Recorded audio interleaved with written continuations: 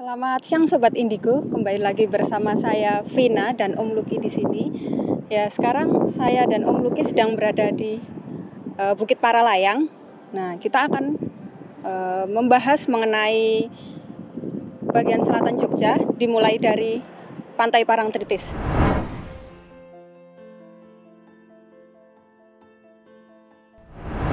Ya Om Luki, ini kita mau bahas apa dulu nih Om Luki? Oke, kita ini jalan-jalan ya, serial jalan-jalan halo Sobat Indigo.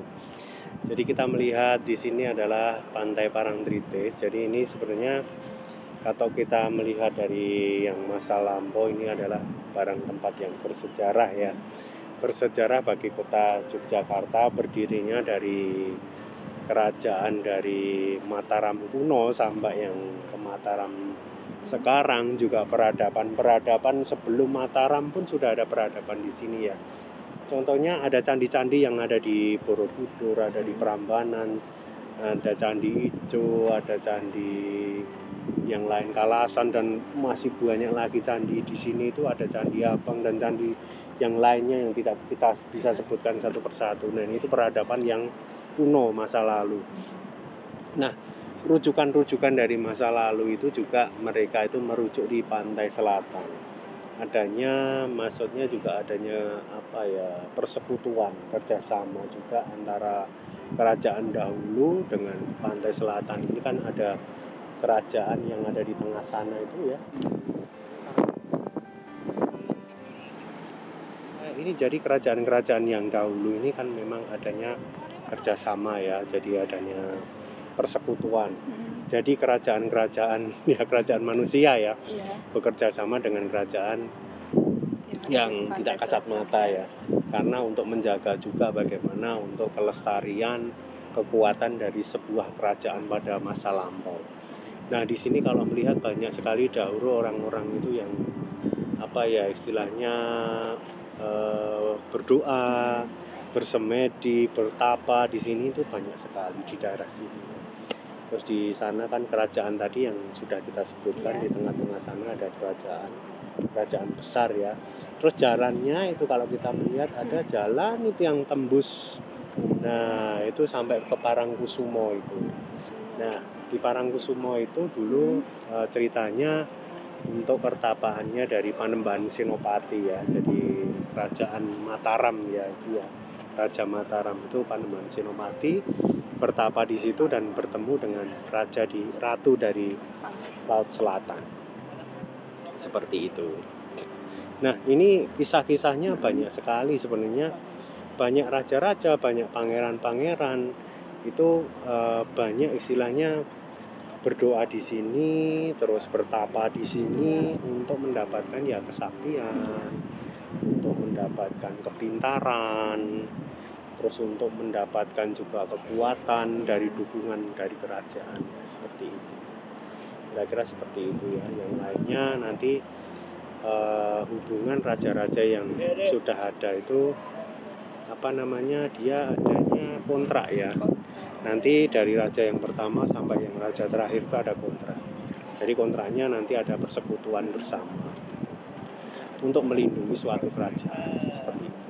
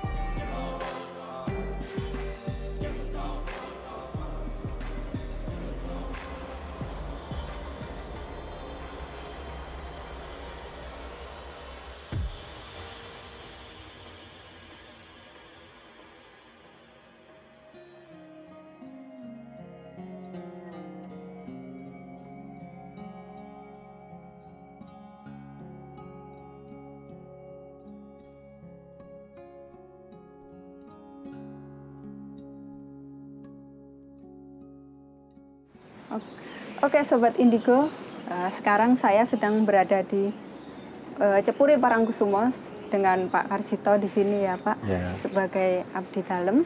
juru kunci, Pak. Oh, juru kunci nggih, ya. Iya. Oke, Pak boleh Iya. tanya di sini tuh ceritanya bagaimana Pak Ya, tentang dulu awalnya Cepuri itu ini? dulu tempat pertemuan, Iya. pertemuan yang Penembaran Senopati sama Kanjeng Ratu Kidul Iya. waktu mau mendirikan Kerajaan Mataram pertama, Mbak. Oke.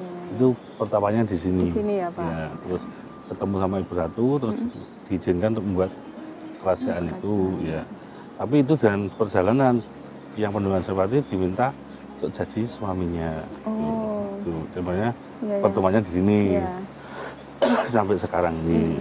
Berarti ada perjanjian gitu ya Pak? Iya, perjanjian. Terus ini sekarang dilanjutkan untuk permintaan. Iya. Intinya ya untuk barokahnya lah intinya ya. Barokah, Ya untuk dagang, ya untuk jabatan, Iya. Oh. untuk ya macam-macam lah, Mbak. Iya, Ya, oke gitu. Pak. Tapi yang ini yang bagus-bagus intinya Iya. gitu. Enggak yang menyimpang enggak intinya gitu. Ya. Pak, biasanya kalau tujuannya wisatawan ke sini tuh katanya ini untuk mencari berkahnya gitu ya Iya, Pak? untuk mencari barokahnya. Iya, Ya gitu. iya, Yang itu. mendoakan itu yang anu sama yang kuasa istilahnya, Pak ya. Kuasa, oke. Tapi lewat inilah. Oke, Ya. ya.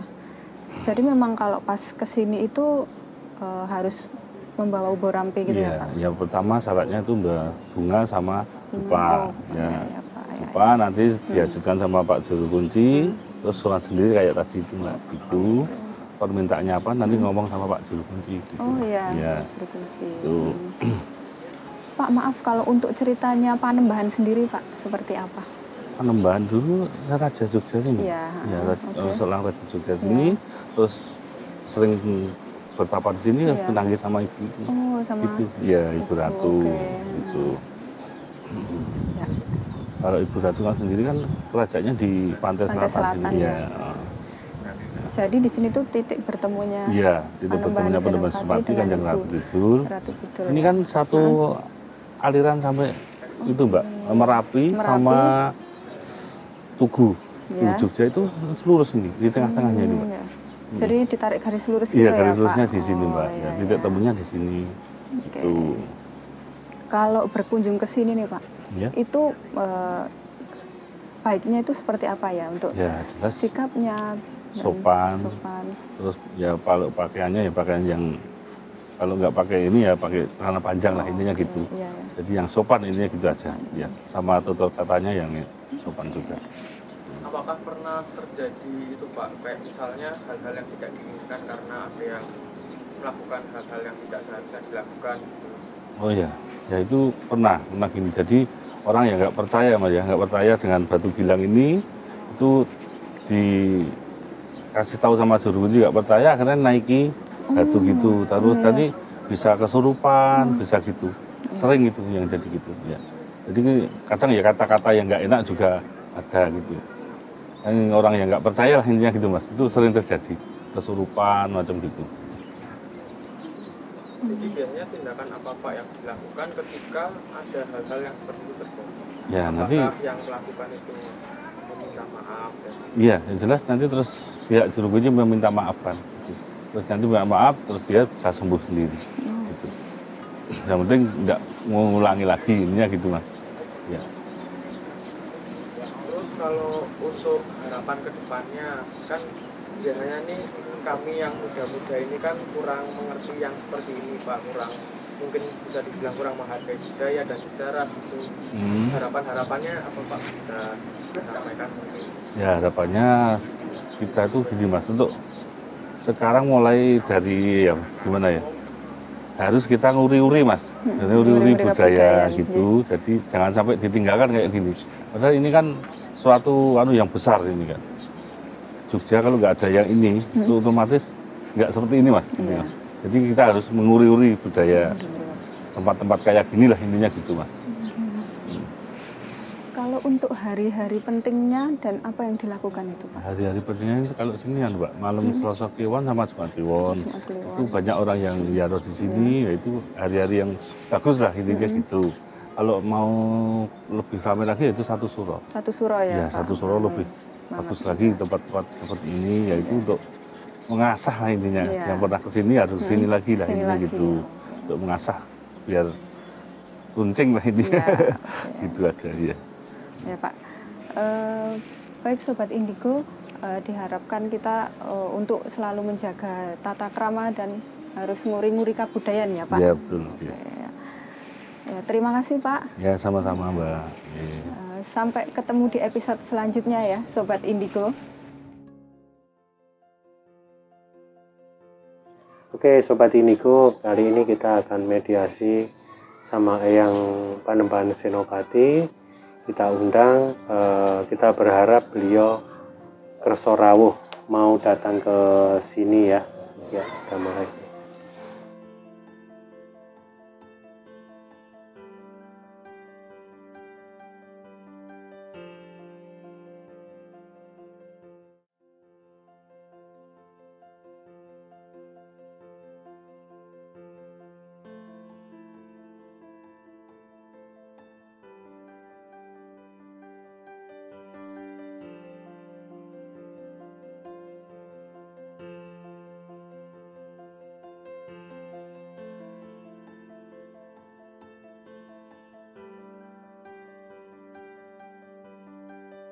Assalamualaikum warahmatullahi wabarakatuh.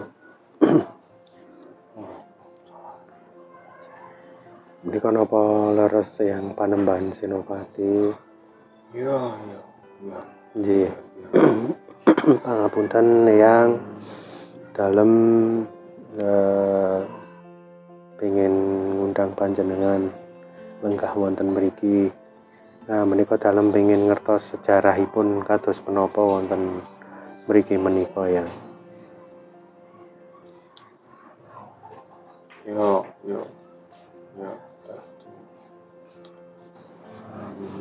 Tak ceritanya kita aku bapak alas mungkin.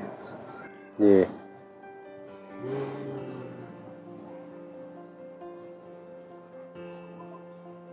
Yen tahu mertopo yang merapi baik. Oh, ngeten. Mertopo. Aku dikon morone gitu. Sekon merapi ya aku cecek gitu. Mana nunggu tekane nih. Oh, nggih, ngeten nggih. Parangkusumo mriko nggih. Iya. Nah.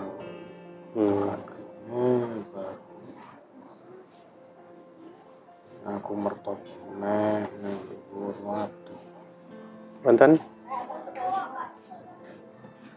Watu ya ten nginggil watu sela menika nggih. Topo neng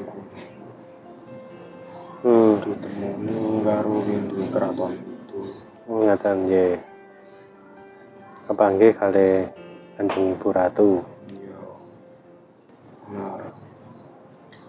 Nah, wis kuwi kan aku mendadekke keraton ning Jawa iki. Ngetepne keraton sing paling dawa umure.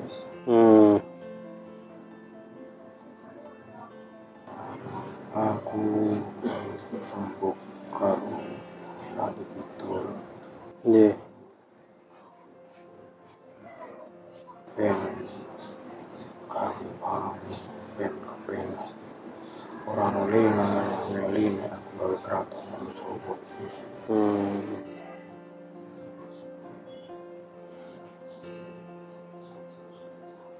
Iya, akhirnya ono perjanjian aku karo waktu itu. Nggih. Yo kuwi marake keraton iki urip bangsa. Oh, mekaten nggih. Iya. Bar kuwi aku ngeteki keraton keraton cilik ning kene. Hmm. Sing kuwi perjanjiane nek aku serahmu Nggih. kudu dilangi. Ngoten. Berarti keraton cilik wonten mriki nek pun mboten wonten keraton jenengan pun sampun mboten wonten pundhut pangeran keratone pun dirubuhke ngeten nggih dilangi nggih. Mergane wis kakean cerita ning keraton. Oh, ngoten. Nggih. Akeh wong sing pengen nututke dalanku. Nggih. Moro Nggih.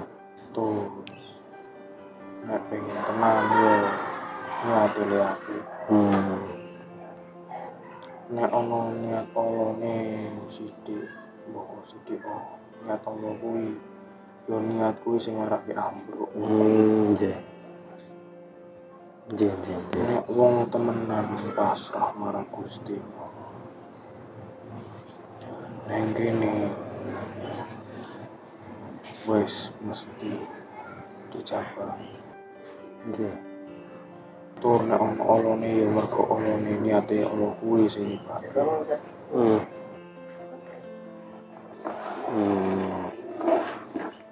Nggih, ngoten nggih. Nggih. Ya terus rumiyin keratonipun wonten pundi alas Mentawok menika napa sanes? Wonten kota gedhe nika nggih. Iya, Oh, nggih, ngoten nggih. bar kuwi mergo ngono pikir tak pindah. Oh, ngoten. Baru tak pindah. Yo nganti saiki yo aku karo anak turunku yo cek ketemu. Oh, makaten nggih. Nggih. Oke, sobat indiku, kita sudah selesai mediasi. Kita akan tutup ya, kita close ya. Terima kasih. Sampai ketemu di lain.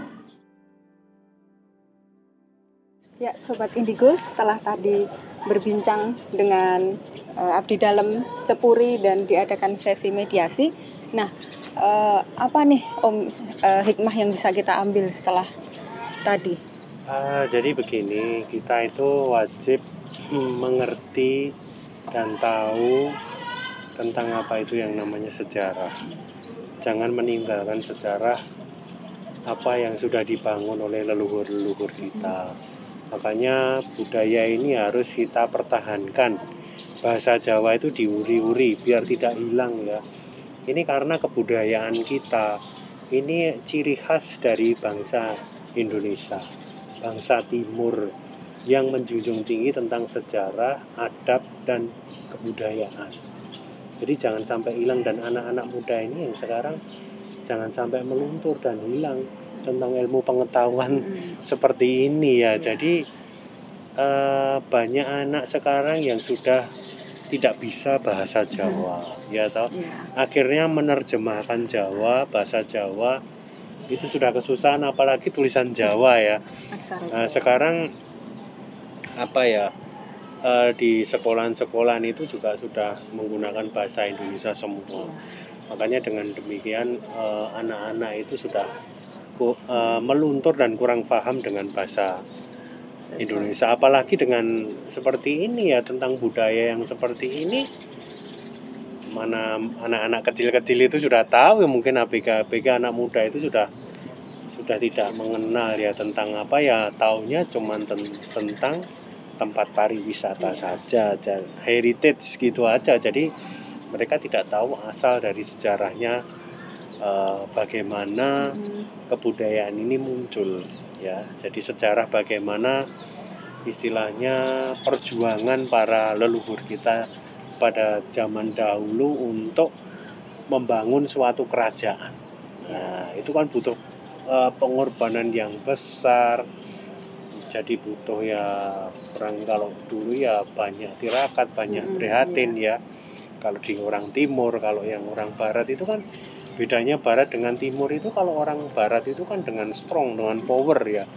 Keras, besar, kuat. Nah, itu mesti menang. Kalau di sini ya tidak seperti itu. Yang di sini itu ya sakti mengalahkan orang itu bagaimana itu dengan kesaktian, nah Kesaktian, seperti ya. itu ya. Jadi kanuragan seperti itu ya. Tapi di era sekarang itu memang sekarang sudah bukan zamannya yang seperti itu lagi ya. Sekarang sudah dengan modern, tapi jangan sampai ditinggalkan hal-hal yang maksudnya tentang kebudayaan yang ini menjadi simbol dari bangsa kita, bangsa Indonesia ya. Jadi jangan terus menerima barat dari menerima yang mana masuk semuanya ke Indonesia tapi tidak disaring. Jadilah alkulturasi, budaya ini dijadikan perpaduan, jangan menghilangkan budaya yang ada. Seperti itu kira-kira. Ya, mungkin yang lain tentang sejarah yang di sini juga perlu diketahui, sejarah yang waktu kita mediasi tadi yang belum banyak diketahui oleh masyarakat umum. Tadi ada yang pesan dari yang Panembahan Senopati, kita mediasi. Ternyata dulu beliau ini mau membangun suatu kerajaan, dia itu bertapa dulu di Gunung Merapi dan dia mendapatkan ilham, kalau Jawa itu wangsit ya. Nah, terus dia melakukan perjalanan religi ya, ritual, sampailah dia tiba di Parangkusumo ini. Nah, Parangkusumo ini kalau ditarik lurus garis ini ya, ini sampai ke Keraton Jogja. Jadi ketemunya nanti ada di apa itu namanya, di Kerapiak itu ada namanya Kandang Menjangan itu ya. Itu tembus terus nanti sampai keraton sampai Tugu Bolong Giling ya. Ada di Malioboro ya. Itu seperti itu. Nah, perlu diketahui lagi ternyata di sini dulu adalah dibangunlah sebuah kerajaan kecil di sini ya. Waktu pertama kali yang Panembahan Senopati ini ketemu dengan Ratu Selatan, di pertemuannya ada di Puri ini ya, di Cepuri ini.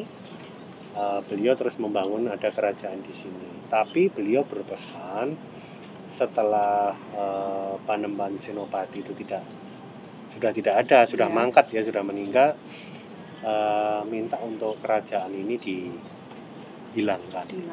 Seperti itu dari cerita yang tadi dari mediasi itu kita minta, maksudnya minta untuk dikasih informasi itu seperti itu, kira-kira seperti itu ya. Ya, baik Sobat Indigo, terima kasih, sampai bertemu di lain waktu. Oke.